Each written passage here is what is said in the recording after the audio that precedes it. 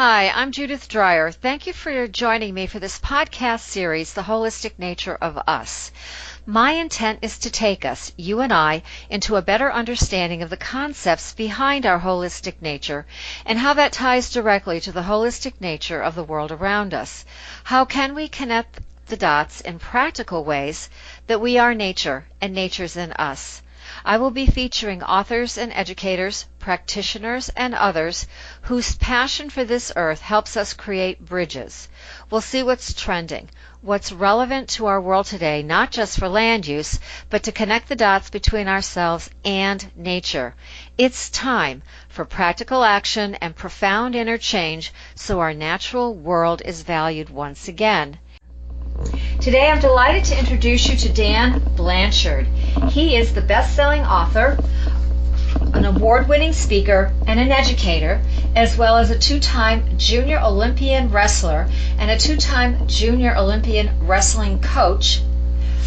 However, Dan admits that as a youth he was more of an athlete than a student. He has now successfully completed 14 years of college and has earned 7 degrees. He teaches special education and social studies in Connecticut's largest inner-city high school, where he was chosen by the AFT-CT as the face and voice of educational reform and is now on the speaking circuit for them. Dan was with the team that put forth Connecticut's new social studies frameworks and is also a member of the Special Education Advisory Board to the Connecticut State Department of Education. In addition, Dan is a teacher consultant for the University of Connecticut's Writing Project. And finally, Dan is a double veteran of the Army and the Air Force. Welcome, Dan. It's a pleasure to have you here today. Well, thank you, Judith. I'm really happy to be here, and I love it when I get some time to spend with a fellow educator, as yourself, and a fellow author. And I read your book at the Garden's Gate, as you know, and I enjoyed that. And I really like your whole holistic approach that you do. I'm big fan of educating the whole child in what I do as an educator, what I do as a coach, and what I do as an author and a speaker. So I think we're going to have a great time today, Judith, and share some great information here today.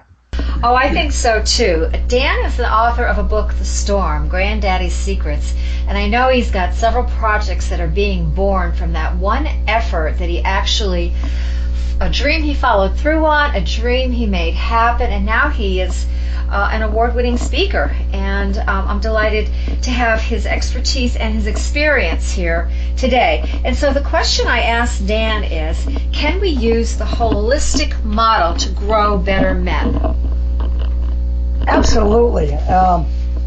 So many times I think back of when I was a young man and I didn't have a lot going for me. You know, I was like an athlete, and I would have been much further along the path by now.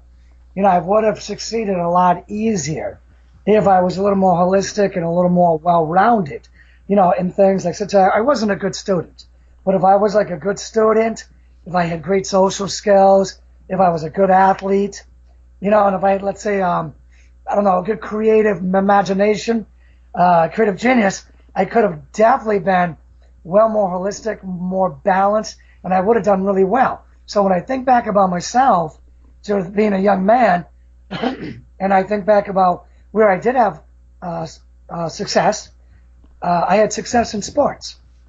And when I think about what made me successful in sports, it was the whole holistic nature. Like as a wrestler, you know, I had technique, experience, you know, moves, strength, balance, you know, and the list goes on and on and on of how well balanced I was as a wrestler, and even as a football player too. When I played football, and that gave me a lot of success. It helped me have a lot of success. So now moving forward through my life, Judith, I realized that I needed to become better balanced, more holistic. And I think about your East principle. You know, like where was my weak link? And my weak link was in the academia realm, in school. So I went to college, and there I was, nothing but a C student. I'm coaching wrestling. I'm still a great athlete, but my weak link is academics. I'm already an Army veteran, but my weak link, is laying in the East, right? I have to develop that whole Eastern philosophy there that you have of the holism.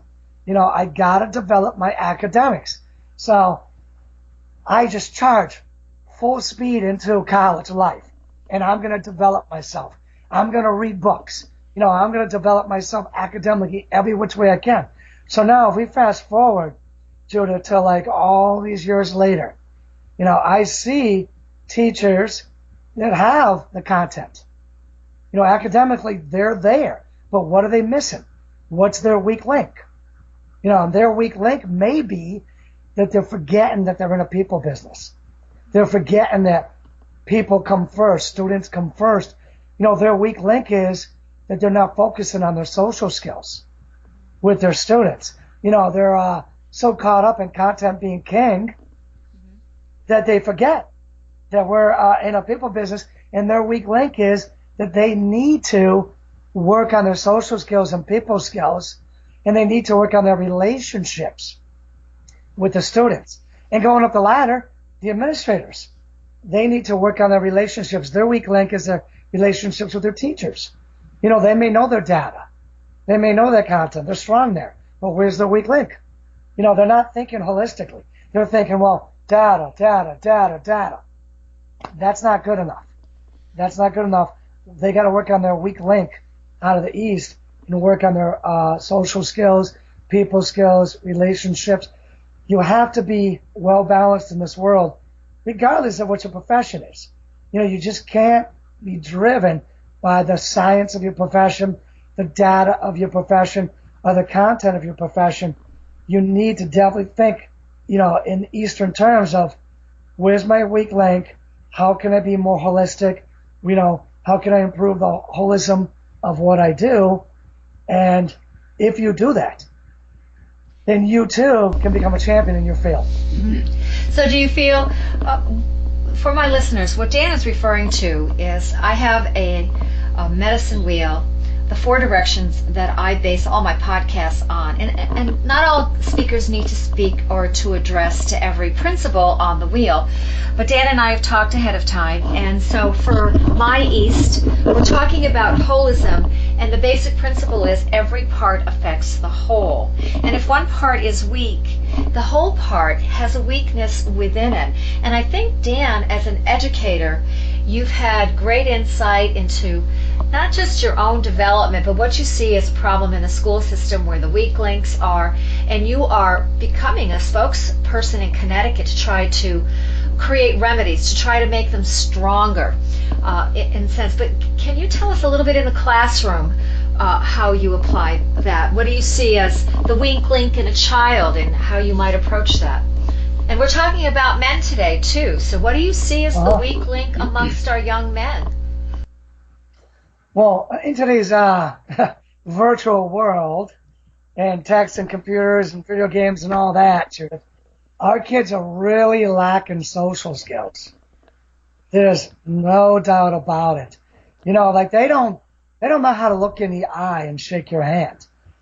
So what I do in my classroom is I deliver great content, interesting content. But what I do is I also work on the relationships and the social skills with my students. I meet them at the door, shake their hands, look them in the eye, call them by their names. I try to encourage them to call me by my name. It's just like this inner city thing going on where they always say, yo, mister, and it's like, okay, that's not going to work in the outside world. That's not hurting my feelings, but that's not going to work in the outside world. At least call me Mr. B. So I try to remind them, not in an angry way, but in a loving, empathetic way. I try to remind them, listen, you want to call me Mr. B, or Mr. Blanchard. That stuff's going to work better in the outside world than the yo, mister. You know what I'm saying? Or hey, give me a pencil. You know what I'm saying? So the manners. The right way to approach someone. I try to work on all these social skills and teach them these social skills because they just don't have those social skills. They're lacking them. And in many cases, I've had students that have been like, yo, mister, that stuff, that's just for old white people. And I'm like, oh, hold on a second. And it's kind of broken my heart that that's what they think. But due to the fact, Judith, that I have a relationship with them, whenever they say stuff like that that might get me mad, or I say stuff that might get them mad, we're always able, through a relationship, we're always able to, like, sustain that relationship. It's one of the principles of your South. We're always able to sustain that relationship and regenerate and get back to that relationship, regardless of whether or not we're mad or upset or feel hurt right now because of something that the other did. Because we have strong relationships, we're able to get back quicker. We know that we love each other and care about each other and we're looking out for each other.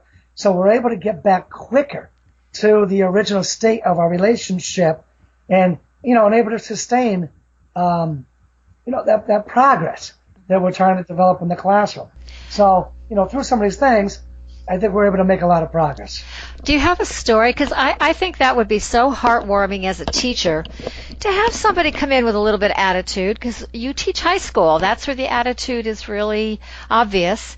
And they're learning and growing and stretching as a human being and fitting into their new skin as it grows every day, Do you have any story of somebody that was really, at the end of the year, thanked you for that? Yeah. Well, I get a story right now about an athlete I'd love to share. Okay. And I had this boy, Peter, and I had him when we were going into a wrestling tournament, and the other coach was couldn't make it for whatever reason, had some family commitment in another state. So I'm running wrestling practice the night before, and I tell Peter, I say, hey, and Peter was also in the same high school that I worked at. He wasn't a particular student of mine, but I saw him in the hallways. But on this story, something like this could relate to students as well, but I'm just going to use the athlete story this time. Mm-hmm. So, we're doing this wrestling practice, and at the end of wrestling practice, I say, hey, Peter, I go, you're a pound overweight, buddy. You're going to make weight for tomorrow. And he goes, nah, I'm going to go the next weight class. And I'm like, no, dude. I'm like, you got to go the same weight class you went last week because we already have a kid in the other weight class. So I need you to go 135, not 140. You got to go 135 pounds. And he's like, no, I'm going to go 140. And I got to tell you, Jude, a lot of these kids, they're used to kind of telling people what they're going to do. Mm-hmm. So I'm like, no, you're not. I said, you're not going to bump another kid who doesn't deserve to get bumped out of his weight class. You're going to lose the pound tonight, or you're not going to wrestle tomorrow. And he was mad, and he swore at me. Mm-hmm. And as we're walking around, we left the wrestling room and we're walking laps around the hallway. And I said, Peter, I have never sworn at you before. And I will never swear at you ever. I don't expect you to do that to me. I said, but here's the deal. You're going to make weight tomorrow or you're not going to wrestle. It's as simple as that. Make weight tomorrow or you don't wrestle. So what I did not know was that the other wrestling coach told me he could bump up. No. He never shared that with me. Oh, no. Inner city kid, angry, doesn't have good communication skills. So you see where I'm going with this. Yeah. I had no way of getting a hold of the other coach. He was out of reach. The next day, Peter comes in. He makes weight. He has a great wrestling tournament, makes it to the finals, loses in the finals. And we go about, and we have a great season. And he ends up going up a weight class. And he doesn't have to suck weight anymore. He has a great season. We have a couple more great seasons after that. I was really wondering if I was going to have to bench him that day, mm-hmm. but I didn't. We have a couple great seasons after that. He comes back as an assistant volunteer wrestling coach, helps me out for free, and stays with me for a couple of years. Wow. For free. Uh-huh. And I say to him, Peter, how did that happen? Remember we had that fight? That little argument about your weight. I go, you turned out to be such an amazing wrestler, such an amazing young man. We've got an awesome relationship. I go, how did it happen? How did you get so good? how can we take what you did and help share it and spread it among the younger people? I'm like, how'd you do it? And he goes, Coach, I just wanted to be like you. That's all it was. I wanted to be like you. That was it. That was it. You know, I was a great wrestler. I was a great coach. And I was a guy that wore my heart on my sleeve. And I loved those wrestlers. I would have done anything for them. And, you know, even practice a little tough love. You know, I would have done anything for them. And he just wanted to be like me, Judith. And now he's a fine young man raising a family of his own. That's such a beautiful story, because there's something in your initial response to him of tough love that probably affected him quite deeply, even though maybe neither one of you realized it at the time. But it must have sparked something within him to be better. And that's the beauty of the story, is how can we be better? Yeah, and when I think about it, I mean, I would say, you know, thinking about what you do coming out of the West, Judith, I would say that there was reverence there. You know, he respected me for my abilities and for my tough love. Yeah. He respected me, and he respected himself more because, you know, I didn't let him take the easy way out. Right. I made him lose that pound, or he was going to be sitting and not wrestling. And when he lost that pound and did not take the easy way out, he probably gained some respect and some reverence for himself and what he could do, what was within his abilities, and what was within his reach. You know, and when you do that sort of thing, you respect yourself, you respect your coach, you respect your teacher. You know, it just naturally flows into respecting others. It naturally flows into you're walking down the hallway and you see a piece of trash, a candy wrapper, or a juice bottle somebody left on the ground or threw on the ground. You know, you bend down, you pick it up. Because you have respect for the school and respect for the environment. You know, you throw that stuff away, and it just snowballs and builds into bigger and better things in a bigger, better person. Right, and then that's growing self-esteem, and I think when we have more self-esteem, we can have more self-respect, and it has to start on the inside in order to move to the outside world that we live in. And that's a piece that, you know, I love educators like you who try to encourage students to get it on the inside first, respect yourself, you know, then take that a step further and respect the environment that you're in. Don't throw the trash on the ground. Somebody's got to pick it up, you know, etc. And that fosters respect on so many different levels. That's a great example. So let's go to the north.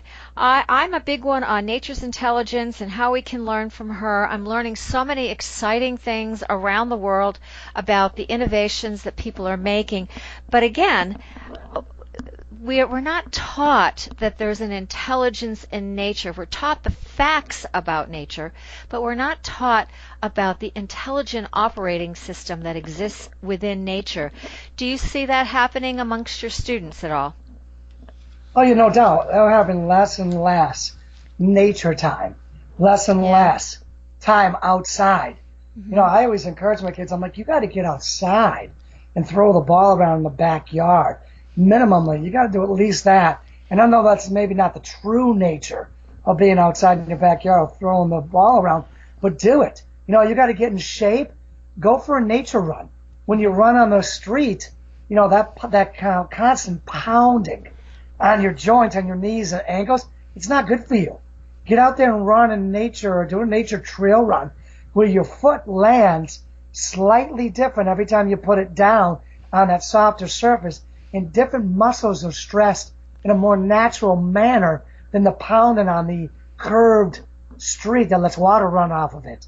So get out there, get in shape, be one with nature, breathe in that fresh air instead of that stale air, musky air that's in your bedroom every day as you're locking yourself in there playing video games. You know what I'm saying? Or you're inside that sterile classroom. Why not get outside? I mean, and if you look, there's nature's intelligence is everywhere. I mean, I look up and I see the flight of a bird, you know? And when I see that flight of a bird, I see them always flying in a wedge formation. Now, if you're a runner, you can run in a wedge formation. if you're a swimmer, if you're a bike rider. You know, look at the best bikers in the world in the Olympics. They ride in that wedge formation. You know what I'm saying? The same wedge formation that a bird. I was in the Army. You know, when we were on a mission and, you know, taking a hill or whatever, we did it in a wedge formation. You know what I'm saying? You see that nature's intelligence everywhere, that humans can adapt and use for our own benefits and improvement of what we do. Yeah, that's a really good reminder, too, because I'm thinking, when you're talking about the wedge formation, I'm thinking about the migratory birds, you know, when they head south, and there are so many lessons that a lot of corporate businesses use in their training models, but when we fly in that wedge, you know, there's a support for the lead in the V, and anybody gets tired gets to go to the back of the line, and everybody takes a turn, and then there's support. And if somebody's injured, of course, in those migratory birds, somebody will go down to the ground. One of their members will go down to the ground and stay with them until they feel better. And again, that's right there in nature that shows us a sort of a better way to do it, a better way to be in community, so to speak. And a school system is a community. It's not an independent, you know, entity. It's like a city unto itself, and it's got all the compartments and all the departments of a city within its structure and within its walls and within its community. So that's another great example. Yeah, we're surrounded by patterns in nature and examples in nature of how to do the things that we're doing better. There's no doubt about it. And sometimes just that quiet or that peace of mind or the melody of nature's sounds sometimes brings us back to a deeper search within ourselves. You know, it helps us to bring out stuff and think about stuff that we wouldn't normally do in the normal hustle bustle, you know, the big city or whatever else that we're doing. You know, I think it helps us listen to our gut. It helps us with intuition. I mean, when I'm having an issue, a problem, one of the things where I do my best thinking is when I go for a run. You know, go for a trail run, a trail walk, whatever, and you'll see your intuition just speaks to you when you're out in nature doing that sort of thing. And you come back with a lot of answers that you didn't have beforehand. Well, let me ask you this, Dan. How do you take that opportunity into a middle school? For example, the school that you work from, do they have any kind of a courtyard where they grow food? Do they have any kind of a courtyard where they model nature in some way?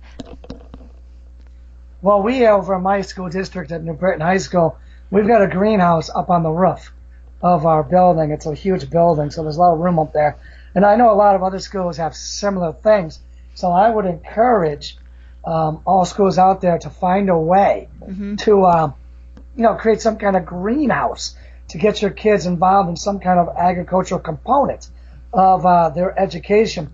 Now, the other way that I would encourage, you know, looking at your center element of what you do of intuition, we talked about a little bit already, but I'm a big component of even if you can't get out of the classroom, maybe you do the first 5 minutes of the class as a free write. You know, it's absolutely silent in the room, no talking's allowed, no looking around, you know, is allowed unless you're kind of looking into your own mind. But you do some kind of free write for like 5 or 10 minutes. And if you have to provide a topic, then provide a topic. But from there, you know, you kids' creative genius, kids' intuition, kids, you know, getting back in touch with their inner being, that sort of thing could come out with some kind of free write. If you've got no other options, that's always an option. And it's great because you're teaching the kids writing. Your kids are writing, so that's a good thing. That's interesting. Yeah, that's another way. I would suspect that some teachers might even take them to the ocean with sound, or take them into the forest with sound, or have birds playing in the background. You could do things like that in the classroom to bring some of nature in the classroom if possible. But I know it's a hard thing for inner cities. There's not that many trails right nearby. And so some of the people, some of the students live in apartment buildings where they cannot put anything outside or grow anything outside. So they are missing that element. And if you add in the fact that I think today some of our parenting has become fear-based, not... Yes. Where we've lost some freedom as children. Have you seen that? Yeah, it's always more efficient to rule by fear. It's always quicker, more powerful, more efficient. But I never liked that strategy. I know parents are overwhelmed today and lack of time and all that stuff. So sometimes you just fall right into that fear-based parenting, fear-based teaching, fear-based administration, or whatever it is. But I always thought the other way, leading through love, was a much, much better way. And in the end, a more powerful way in the end. Because when you go through fear, when somebody turns their back, then the other one's going to do something. You know what I'm saying? But when you're leading through love, you can turn your back whenever you want. And no one's going to do anything to sabotage you or sabotage the mission. Matter of fact, they're going to be working just as hard when you're not around, which is not the case, not the dynamics when you do it out of fear. So, I remember times when I used to bring in little musical devices that had the sound of the ocean and sound of nature, birds chirping or the woods. And sometimes I would lightly play that in the background when I was teaching, or lightly play that in the background during different times of the day if I wanted the kids to have some free time or some quasi meditation time. Or when the kids come back from lunch, they're usually pretty fired up and pretty hyper and kind of off the wall. So I used to do just a little meditation, listen to nature sounds, music for about 5 minutes when they came back, especially the younger kids when they came back from lunch, just to kind of ground them and center them so that we could get back to doing what we need to do with our academics. Because I found out that if I didn't do that, it would take longer for them to settle back down, and it would be harder for me to teach them the academics. Yeah, I can imagine that. Well, Dan, this has been wonderful. We kind of walked around a wheel today, and I'm really grateful for that. Do you have any other 3 tips you'd like to summarize before we sign off?